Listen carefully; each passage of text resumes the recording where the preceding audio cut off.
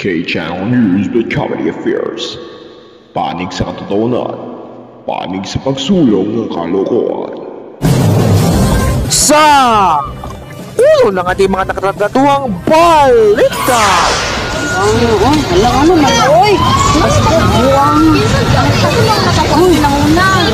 Dalawang konduktor na nagsumpukan sa barili, nagkuna ng video. Ang dahilan, alamin. Residential area sa Mandaue City nasunog noong nakarang gabi. At kasabay paroon, rider patay matapos na bubangga sa nakaresponding bumbero na kung saan ay responde sa sunog sa Mandaue. Content creator na si Boss LB o mas kilala bilang si Snailman, nagmaalas nail sa gitna ng daan sa Konsolasyon sa Cebu dahil sa ginawang content. Kakasuhan tuloy ng HPG. Screening sa park sa Carcar City, ikinadismaya ng mga viewers o kinagalit ang pelikula kasi na pinalabas. Masyadong malaswa sa publiko. Content creator na si Beatmaster, labis sa pagkakadismaya at pagkagalit nito ang isa kasi sa kanilang natulungan. Ungrateful daw sa kanilang tinanggap na regalo. Ang masaklap pa, sila pa ang naragapyado dahil sa content creator.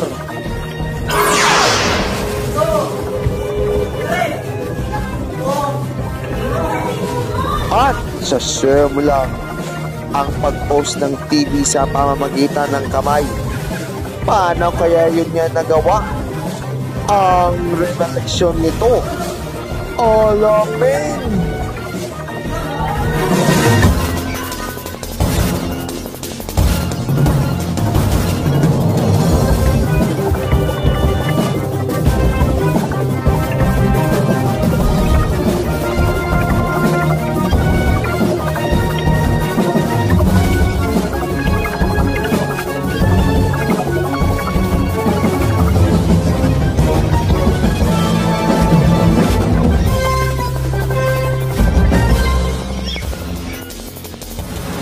Magandang umaga, tanghali o gabi o mag-ibas lahat.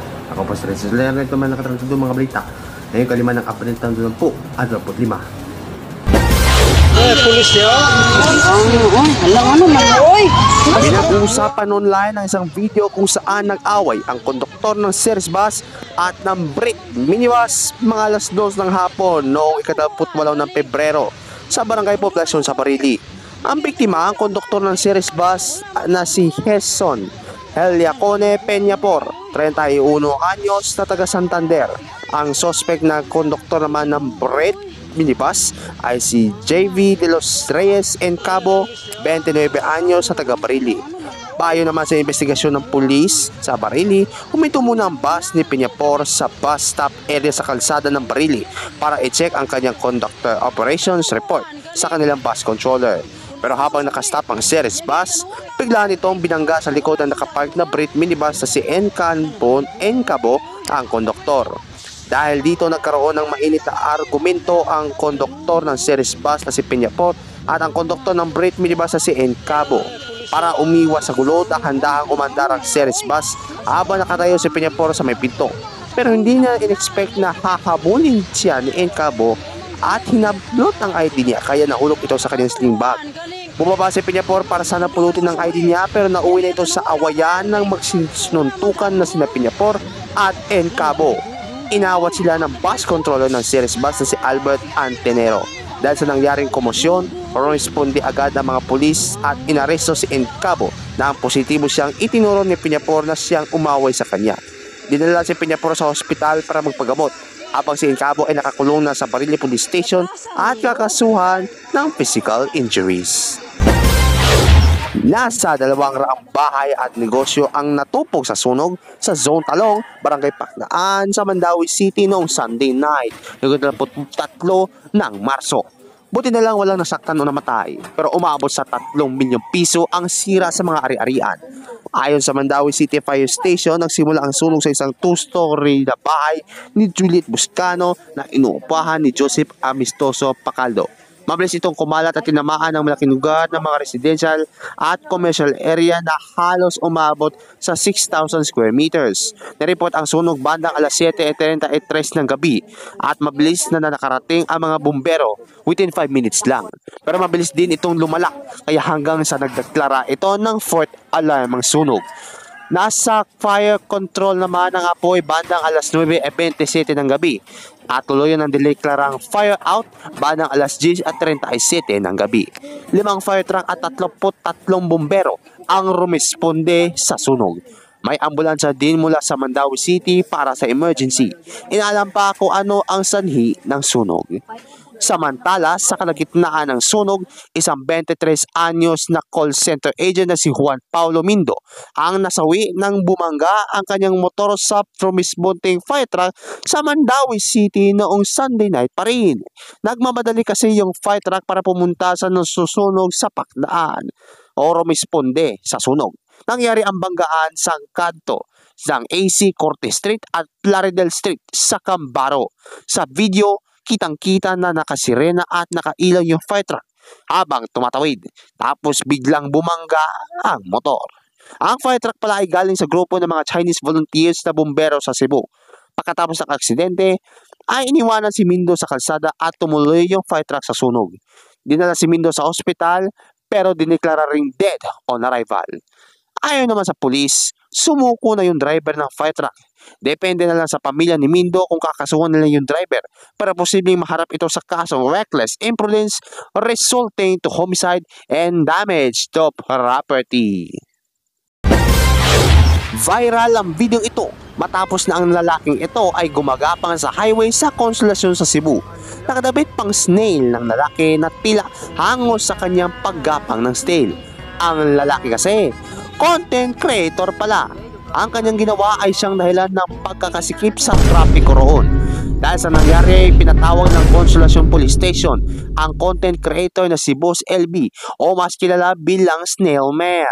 Ang katong nag-viral, siya itong nagkamang-kamang Arit Snail. So viral snail video kagahapon alas 4:45 sa hapon diri sa tubangan sa National High School, Barangay Occidental National Highway. Volunteer organization tawag na una ko sa speedy ba? Di isa sa police station ba? Di patawag na dito ko ba? Daga na rin nag-comment sa ako nga patawag ni, padakot ni dawa naman ang volunteer to na maaari na lang sa police station. Para na ito pasaylo sa akong nagbuhat para nga akong sayo. Kining yung apology karon, public apology. Dili yung gateway na dili ta mo atubang og mga legal consequences. So may mga possibilities na legal intervention na sa inyo coming from the HPG as we coordinated.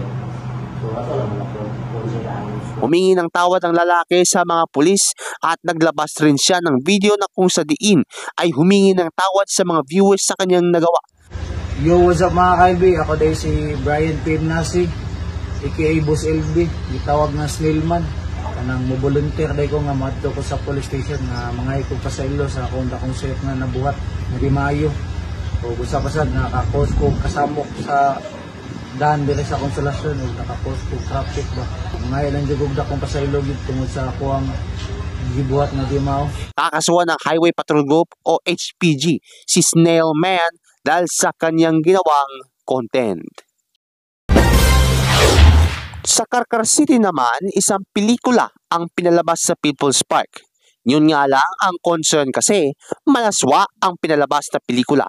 Makikita niyo naman sa video na kuha ng uploadan na si JV Quijano Lazarte. Ang nasa pelikula ay hindi natin masabi sa balitang ito. Kapag babae ang nagmuwa-muwa chop-chop. And the rest is, alam niyo na. Kinabahala ng uploadan ng pelikula dahil hindi lang nasa publiko ito, kundi mga bata at mga kapamilya ang mga nanonood nito. Ano kung masasabi opinion niyo tungkol sa balitang ito o itong pelikula na nilabas nila dito? Comment down below. Labis na kinadismaya at pagkagalit ng content creator na si Beatmaster matapos ng kanilang tinulungan kasi ay para sila pa ang naargabyado. Matatandaan noong ika-16 ng Abril noong huling taon nang in-upload ng content creator ang video ito kung saan ang pamilyang ito ay nangangalakan ng basura sa kada lugar at ang isa sa kanilang anak ay nakidnap 2 taon na ang nakaraan at hindi pa daw natatagpuan. Dahil sa kanilang kalagayan ay tinulungan ni Beatmaster ang pamilya. Binigyan sila ng magandang bahay, groceries na nagkakahalaga ng 30,000 pesos at pera na nagkakahalaga ng 100,000 pesos. Binigyan pa kasi tatay ng trabaho. Mag-iisang taon ang nakaraan mula ng in-upload na video ay kinamusta ito ng isa sa mga content creator. Si tatay, bumalik sila sa pangungulekta ng basura. At ang responde ng tatay nung kinamusta, kinagalit pa ang pagtulong nito na parang naargabyado pa sa kanilang pamumuhay. Rồi, balay lagi, balay po ang video sa kawa haligi. Balay ito nga para pa kamat pa kamalig kanding kina pa haligi. Ay meron sa may kauno na mo dito. So inyo to gibiyaan nito? Aton na yaw, aton kita ko payon na nakapago basura, mabalik sa kungari. Sino na karon maguwan? Asa mi saka. Patay mi oy. Okay naman ganito po yan. Okay boy, sa may mahimo, sa may kano mo dito. Siya mo motor ko, damagan ko. Asa mo motor mo? Sa SRP. Pinamakas pulis ko ang gola kong motor. Laksa til ko eh. Nya to sa kwan na yang imong motor. Dito eh. Ipalok ka ba 5,000? Asan ko kwarta nga sige magpasura. Impound na to. Okay paun. Pwede ko di bahala ba? Anak ko sikat. Okay. Hinay ko. Sila ka mga ato mo ito, pangutang, pangahewan ko sa ORCR ko. At tuwa ang argaw ko, pero maka dito, di ka na ipasa ko ha. Kaya, taon, ang kanang mga amigo ko, ang ilang... Gikas to nimo? Kaso eh, 43 mil ko, medya. Kanya karoon, gisudak ko sa ginilang giluok, sidecar, bago kumil. Kaya, pangininginan pa ko na hasa ko, okay, korta, ipamalit na ko diyan, kami, di may mga on. Mupay gitagaan ba jam, atay ging multi. Ya tali. Batik nga kay bayang no? Kasi bayang no wahiligi bugo sus. Ang tumulong sa pamilya, labis ang pagkakadismaya at galit. Sa tinuod lang pagkahumana kong tabang sa akong mga video, wala pa gyud ko kasuway nga akong samuk-samukon pagkahuman. Ako ra gina silang biyaan nga murag way na hitabo. Tabangan ako, tagaan ako, human lakaw rin ko. Wala ko kibawa na, gawas lang maagian ako kaya akong kumustahon. Pero kani, kuyaw kaayo ni nga klase sa mga tao. Mga ungrateful kaay tanan. Ang akong nasakitan kung giunsa nako sila nga ingon ani man sila makastorya. Ako igo lang gahatag paghuman suko mo. Ganun sukuban mo kay wala na or naunsa ba? Nga na. Ako igo lang ko nag-clear sa akong pangan para way mga tao nga mapagan. Kay ang false ninyong information makakos og kadaot sa usa ka tawo nga inyong gimension nga gikidnap. Sa akong safety o sa akong konsensya nga maunsa-unta to, akong giklaro ang tinuod nga panghitabo. Base lang na sa akong nabati ha, nga nung suko mo na ako. Kisa gud tay tawo masuko tagaag balayuta og kwarta oy. Ultimo gay G's street rumble sa Swerteles. Purti ram gay gamaya na. Kana na ba nga? Purti nimong dauga. Usapasad dili kay kausara ka na ko natabangan. Kaduha ka na ko natabangan. Nasakitan lang mo ba ataya ni mga tawanay. Maupay na kadawat, maupay na suko. Makaingon na lang ta ba nga maudi ay nga gibutang mo ana nga lugar nga ing ana mo karon. Kay tungod sa inyong kinaiya ug the way mo mohandle sa grasya nga inyong nadawat. Imbis mapasalamaton, masuko man hinuon, giunsa di ay mo. Ayaw mo kabalaka kay dili di mahimong rason nga muundang ko sa pagtabang. Ang ako lang nga, klaruhon lang nako ang sunod na kong tabangan. Grabe ya, hilasa kay paminahon eh. Bisag akong amigo nga si Arlie, nakaingon lagi siya nga lami lagi kuno kay butangan lagi. Kay una, gitagaan na mo. Uman. Nilakaw mi.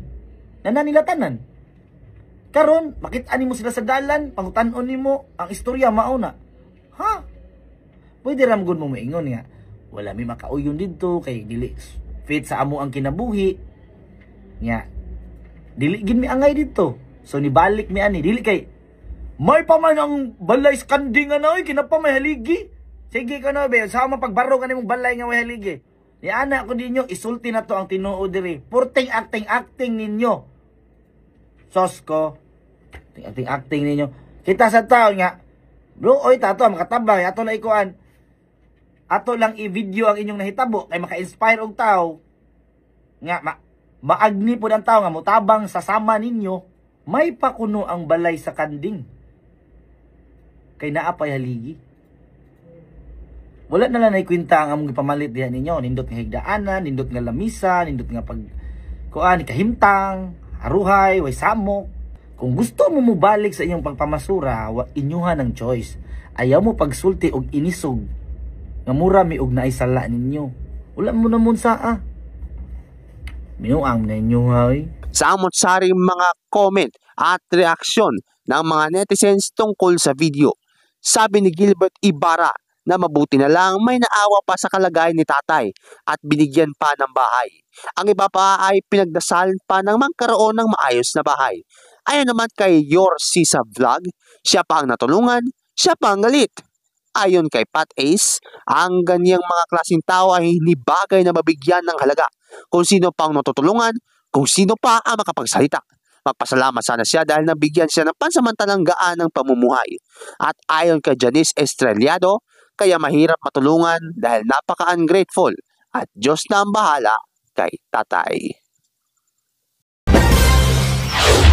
Sa video makukuha ng isa sa aming kaklase na kung saan ay nagmaalam magic ito dahil kahit wala siyang dalang remote ay kaya niya makapost ng TV sa kanyang kamay niya mismo. Sa una, di nakapaniwala, baka ginamitan kasi ng remote at pinaulit pero ganun pa rin ang resulta. Kung ayaw niyo maniwala, panoorin niyo na lang ang video.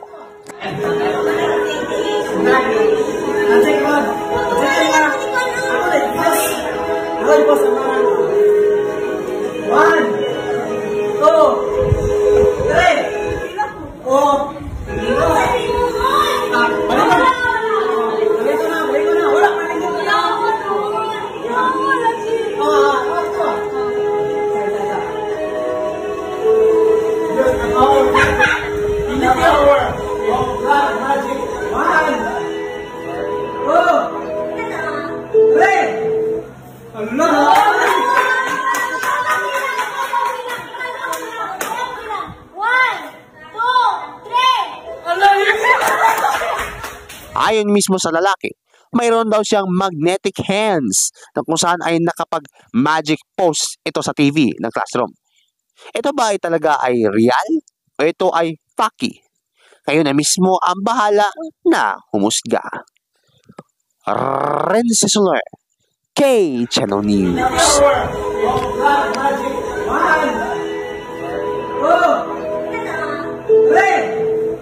Allah!